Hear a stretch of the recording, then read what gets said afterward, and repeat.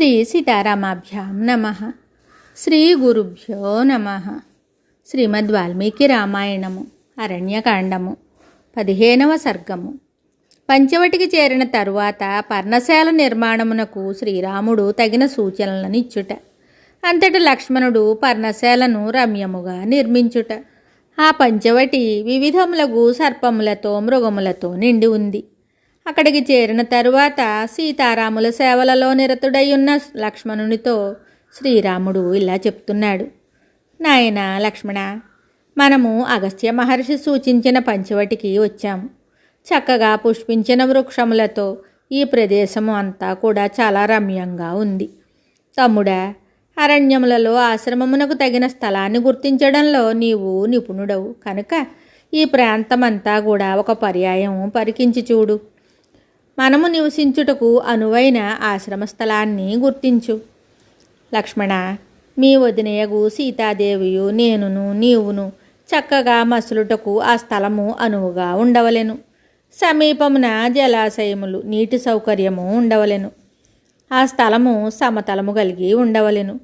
చుట్టూను ఫలపుష్పములతో శోభిల్లుచుండెడి మామిడి పున్నాగాది వృక్షములు కలిగి అది మనోహరంగా విలసులుచుండవలెను. అగ్నికార్యాది నిత్య విధులకు లోటు రాకుండా సమిధలు, పువ్వులు, దర్భలు, జలములు చెరువులో లభించినట్లు ఉండవలెను. శ్రీరాముడు ఇట్లు చెప్పిన తరువాత లక్ష్మణుడు అంజలి ఘటించిన వాడై సీతాదేవి సమక్షముననున్న తన అన్నతోటి ఇలా అంటున్నాడు. అన్నా, ఎప్పుడునూ నేను నీ సేవకుడును. నీకు నచ్చిన ప్రదేశాన్ని గూర్చి నాకు సెలవిమ్ము, అచ్చటనే ఆశ్రమాన్ని నిర్మిస్తాను.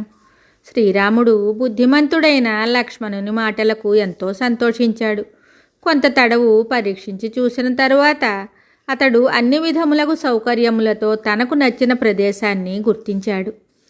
ఆశ్రమమును నిర్మించుటకు యోగ్యమైన ఒక చక్కని ప్రదేశమునకు చేరి శ్రీరాముడు ప్రేమతో లక్ష్మణుని చేతులను తన చేతుల్లోనికి తీసుకున్నాడు. తరువాత అతనితోటి ఇలా చెప్తున్నాడు. ఓ సౌమ్యుడా, ఈ ప్రదేశము సమతలము కలిగి రమణీయముగా ఉన్నది. ఇచ్చటి వృక్షములన్నీయును పుష్పములతో కళకళలాడుచున్నవి. ఇచ్చట సముచితమైన రీతిలో ఆశ్రమమును నిర్మించుము. ఈ సమీపముననే పద్మములతో శోభిల్లుచు రమ్యమైన ఒక సరస్సు కనబడుచున్నది. అందలి కమలములన్నీయును సూర్యకిరణ స్పర్శచే చక్కగా వికసించినవై కాంతులీనుచు సువాసనలను వెదజల్లుచున్నవి. మహాత్ముడైన అగస్త్య మహాముని తెలిపిన రీతిగా ఈ గోదావరి నది ఎంతో రమ్యముగా ప్రవహిస్తోంది. తీరముల ఎందలి వృక్షాలన్నీ కూడా వికసించిన పువ్వులతో అందములను చిందిస్తూ ఉన్నాయి. నదీ జలములలో హంసలు, కన్నెలేడి పిట్టలు, చక్రవాకములు విహరిస్తూ ఉన్నాయి. ఇచ్చటికి సమీపముననే గల ఎత్తైన కొండలు చక్కని వృక్షములతో రమ్యంగా ఉన్నాయి. అచ్చట లేళ్ల గుంపులు తిరుగాడుతూ ఉన్నాయి. నెమళ్ళు క్రేంకారములు చేస్తూ ఉన్నాయి. అచ్చటి కొండ గుహలు చూడముచ్చటగా ఉన్నాయి. ఆ పర్వతములపై అచ్చటచ్చట బంగారు, వెండి, రాగి వన్నెలు గల గైరికాది ధాతువులు స్రవిస్తూ ఉన్నాయి. అప్పుడు ఆ కొండలు పసుపు, తెలుపు, ఎరుపు రంగుల రేఖాచిత్రములతో గవాక్షాకారములలో అలంకరింపబడిన ఏనుగుల వలె భాసిల్లుచున్నవి.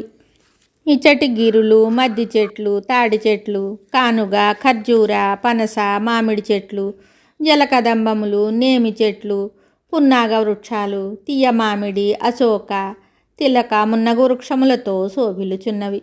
సంపంగి, మొగలి మొదలగు పూలగుత్తులతోనూ లతలచే పెనవేచుకొనబడిన వృక్షములతోనూ ఆ గిరులు రాజిల్లుచున్నవి.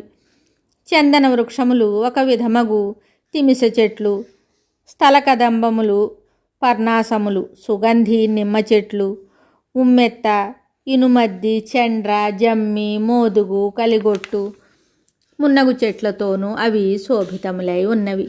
ఓ సౌమిత్రి, ఈ ప్రదేశము పవిత్రమై పుణ్యప్రదమైనది. ఇది లేళ్ల సమూహములతోడను పక్షుల గుంపులతోడను విలసిల్లుచున్నది.